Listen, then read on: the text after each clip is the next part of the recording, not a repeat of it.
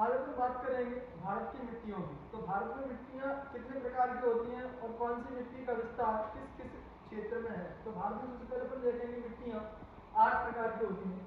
जलोढ़ मिट्टी, काली मिट्टी, लाल या पीली मिट्टी इसको बोलते हैं, लाल या पीली मिट्टी या मृदा, लेटेराइट मिट्टी, पर्वतीय मिट्टी, मरुस्थलीय मिट्टी, लवड़ी मिट्टी या ईंट या जैव मृदा।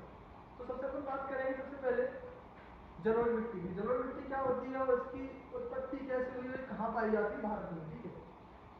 तो सबसे अपन देखेंगे जलोढ़ मिट्टी। तो जलोढ़ मिट्टी इसका जो निर्माण हुआ है, जलोढ़ मिट्टी का जो निर्माण हुआ है वो किसके द्वारा होता है, नदियों द्वारा बहाकर लाए गए, नदियों द्वारा बहाकर लाए गए अवसादों के निक्षेपण से होता है, ठीक है। किसके द्वारा होता है, अवसादों के निक्षेपण से होता है। यह विश्व की सर्वाधिक उपजाऊ मृदा है, सर्वाधिक उपजाऊ मृदा है। यह मुख्यतः कहाँ पाई जाएगी, जहाँ नदी और उनकी बेसिन होती है। तो भारत में जो जलोढ़ मिट्टी का जो बेल्ट है, उत्तर भारत का जो मैदान है या जैसे अपन बोले गंगा यमुना का जो दुआब है, उस क्षेत्र में अपन को जलोढ़ मिट्टी देखने को मिलती है, ठीक है। जलोढ़ मिट्टी और इसमें क्या क्या चीजें पाई जाती है, नाइट्रोजन, फास्फोरस और पोटाश की इसमें कमी पाई जाती है। तो पोटेशियम, नाइट्रोजन, फास्फोरस, पोटेशियम की कमी पाई जाती है। पोटाश प्लस चूना पत्थर की इसमें अधिकता होती है। इसमें गेहूं फसलें होती हैं और मोटे अनाज भी हो जाते हैं और तुम्हारी चावल भी हो जाती है। चावल में मुख्यतः वहाँ देखने को मिलेगी पश्चिम बंगाल, वहाँ पर भी जलोढ़ मिट्टी अपन को देखने को मिलती है, ठीक है। अब अगला जो आता है तुम्हारा काली मिट्टी। तो काली मिट्टी का निर्माण कैसे हुआ है, इसको लावा मिट्टी भी बोलते हैं। जो लावा के द्वारा ज्वालामुखी स्फोट हुआ, उसमें जो लावा निकला, लावा से वैशाली चट्टानों का निर्माण हुआ। जो वैशाली चट्टानें टूट गई, तो वैशाली चट्टानें टूट गई तो क्या हुआ, इसका काली मिट्टी का निर्माण हुआ। तो काली मिट्टी का जो काला रंग किसके कारण पाया जाता है, टिटेनिफेरस मैग्नेटाइट। तो टिटेनिफेरस मैग्नेटाइट के कारण क्या होता है, इसका काला रंग होता है, ठीक है। काली मिट्टी का काला रंग किसके कारण होता है, टिटेनिफेरस मैग्नेटाइट के कारण होता है। इसमें नाइट्रोजन, फास्फोरस, पोटाश की और ह्यूमस की कमी होती है तथा लोहा, एल्यूमिनियम, पोटाश प्लस चूना पत्थर की अधिकता होती है, ठीक है। तो अब एक आता है इसका विस्तार कहाँ पाया जाता है। इसका जो विस्तार है, काली मिट्टी का विस्तार है एमपी, महाराष्ट्र, गुजरात आदि जगहों पर इसका विस्तार पाया जाता है, ठीक है। किसका, काली मिट्टी का, ठीक है। और इसमें जो फसलें होती हैं कौन सी होती हैं, कपास, कपास की फसल इसकी महत्वपूर्ण होती है। कपास, सोयाबीन, दलहन, मूंगफली, ये इसमें फसलें उगती हैं, ठीक है। ये कपास और सोयाबीन की फसलों के लिए महत्वपूर्ण होती है। कौन सी मिट्टी है, काली मिट्टी। तो अगला अपन देखते हैं, अगला है हमारी लाल पीली मिट्टी। तो लाल पीली मिट्टी, इसमें इसका लाल जो रंग है किसके कारण होता है, इसका लाल रंग होता है फेरिक ऑक्साइड के कारण।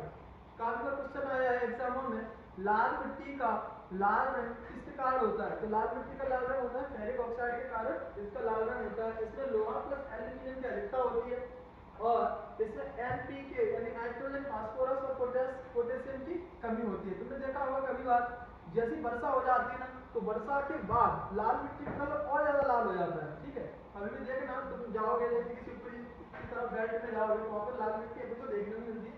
वर्षा का इसका कलर और ज्यादा लाल हो जाता है, ठीक है। अगला आता है लेटेराइट मिट्टी। इसका जो विस्तार है वो कहाँ पाया जाता है, लेटेराइट मिट्टी का विस्तार ये तुम्हें पर्वतीय क्षेत्रों में केरल, कर्नाटक और उत्तर पूर्वी क्षेत्रों में असम में, दार्जिलिंग में देखने को मिल जाएगी। और इसमें जो फसलें उगाई जाती हैं वो मोटे अनाज, काजू, चाय, मसाले, इनकी इसमें मुख्यतः खेती की जाती है लेटेराइट मृदा में। इसमें नाइट्रोजन, फास्फोरस और कैल्शियम और ह्यूमस की कमी होती है प्लस भारी वर्षा, उच्च तापमान के कारण इसका निर्माण होता है। या तो क्वेश्चन आता है लेटेराइट मिट्टी का, लेटेराइट मिट्टी किस प्रकार बनती है। तो लेटेराइट मिट्टी का निर्माण किसके द्वारा होता है, अत्यधिक वर्षा हो और अत्यधिक मात्रा में तापमान हो तब इसका क्या होता है, निर्माण होता है। किसका, लेटेराइट मिट्टी का। तो इसमें कौन सी फसलें पाई जाती है, चावल, मसाले, काजू, अनाज पाई कहा जाएगी केरल, उत्तर पूर्वी भारत, ठीक है। ये इसका विस्तार हो गया। अगला है पर्वतीय पर्वतीय या पर्वतीय मृदा। तो पर्वतीय मृदा कहाँ पाई जाती है? जो मुख्यतः पर्वत है, तो पर्वतों का जो ढलान होता है, जो पर्वत है उनका जो ढलान होता है, ये वाला एरिया, यहाँ पर्वतीय मृदा पाई जाती है। यहाँ पर पर्वतीय मृदा पाई जाती है। ये किस प्रकार की होती है? अम्लीय मृदा होती है, ठीक है, ये अम्लीय मृदा होती है। और यहाँ पर फल और कहवा इनकी खेती की जाती है। मसाले वसाले भी अपन कर सकते हैं, जैसे कि जो केरल वाला एरिया है वहाँ पर अपन मसालों की खेती करते हैं। कर्नाटक में जो कहवा बाबाबुदन की पहाड़ियाँ का क्वेश्चन आता है। भारत में कॉफी का जन्म स्थान किस क्षेत्र को माना जाता है, या भारत में सर्वाधिक कॉफी किस राज्य में होती है? तो किस राज्य में होती है? कर्नाटक में होती है, ठीक है। वो भी वहाँ पर बाबाबुदन की पहाड़ियाँ है, वहाँ पर बाबाबुदन की पहाड़ियाँ, ये कॉफी के लिए काफी महत्वपूर्ण जगह है, ठीक है। काफी बार प्रश्न आया बाबाबुदन की पहाड़ियाँ किस फसल के लिए महत्वपूर्ण है? तो किसके लिए? कॉफी के लिए, ठीक है। जैसे चाय के लिए कौन सा है? तो दार्जिलिंग, ठीक। तो अगला आता है मरुस्थलीय मिट्टी। तो मरुस्थलीय मिट्टी भारत में कहाँ पाई जाती है? ये राजस्थान का जो पश्चिमी भाग है या मरुस्थल है, भारत में थार का मरुस्थल है, वहाँ पर ये मिट्टी देखने को मिलती है। ये कम उपजाऊ मिट्टी होती है, पर इसमें अपन अगर अधिक सिंचाई करते हैं तो इसको उपजाऊ बनाया जा सकता है, ठीक है। तो इसमें नाइट्रोजन प्लस ह्यूमस की कमी होती है, लोहा फास्फोरस की अधिकता होती है, यह कम उपजाऊ होती है और सिंचाई के द्वारा इसको उपजाऊ बनाया जा सकता है, ठीक है। सिंचाई के द्वारा ये कैसे बन जाती है? उपजाऊ बन जाती है, ठीक है। ये कहाँ पाई जाती है? पश्चिमी राजस्थान, पश्चिमी राजस्थान, वेस्टर्न राजस्थान में पाई जाती है। अगला है लवड़ी मिट्टी। तो लवड़ी मिट्टी कहाँ पाई जाएगी? लवड़ी मिट्टी जहाँ पाई जाएगी जहाँ स्थलीय और सागर, जहाँ स्थल और सागर या जल दोनों मिल रहे होते हैं। तो ये कहाँ कहाँ मिलते हैं? अपने यहाँ गुजरात में मिलते हैं। पश्चिमी घाट तो पर्वतीय एरिया है, सुंदरवन का डेल्टा है, पूर्वी घाट वहाँ पर अपने को देखने को मिल जाती है। तो ये मुख्यतः मिलता है गुजरात, गुजरात में कहाँ? कच्छ का रण, कच्छ का रण, वहाँ पर तुम्हें लवड़ी मृदा देखने को मिलेगी। ये कैसी होती है? अनुपजाऊ होती है। इसमें नाइट्रोजन और चूने की कमी होती है, और नाइट्रोजन, सोडियम, मैग्नीशियम, पोटेशियम के लवण एवं इसके क्षार के निक्षेप पाए जाते हैं। जो इसकी ऊपरी मृदा होती है वहाँ पे क्या पाया जाता है? सोडियम, मैग्नीशियम और लवण। तुमने देखा है जो अपन जो नमक खाते हैं, नमक किससे बनता है? जो नमक होता है वो किससे बनता है? वो बनता है सोडियम प्लस क्लोरीन, ठीक है। तो इसमें इस मिट्टी में क्या होता है? जो ऊपरी परत होती है तो उसमें सोडियम के निक्षेप पाए जाते हैं, और ये लवड़ी भी होता है, इसीलिए इसको अपन क्या बोलते हैं? लवड़ी मृदा बोलते हैं, ठीक है। तो अगला है तुम्हारा पीट या जैव मृदा। ये मिट्टी कहाँ पाई जाती है? ये मिट्टी मुख्यतः डेल्टाई प्रदेशों में पाई जाती है। डेल्टाई प्रदेश जैसे कि तुम्हारा सुंदरवन का डेल्टा हो गया, या फिर इधर खंबात की घाटी वाला डेल्टा हो गया, पश्चिमी घाट हो गया, पूर्वी घाट में समुद्र का तटीय वाला एरिया हो गया। तो वहाँ पर ये तुम्हें कौन सी मिट्टी मिलेगी? पीट या जैव मृदा होती है, ठीक है। इसमें जैविक पदार्थों की अधिकता होती है।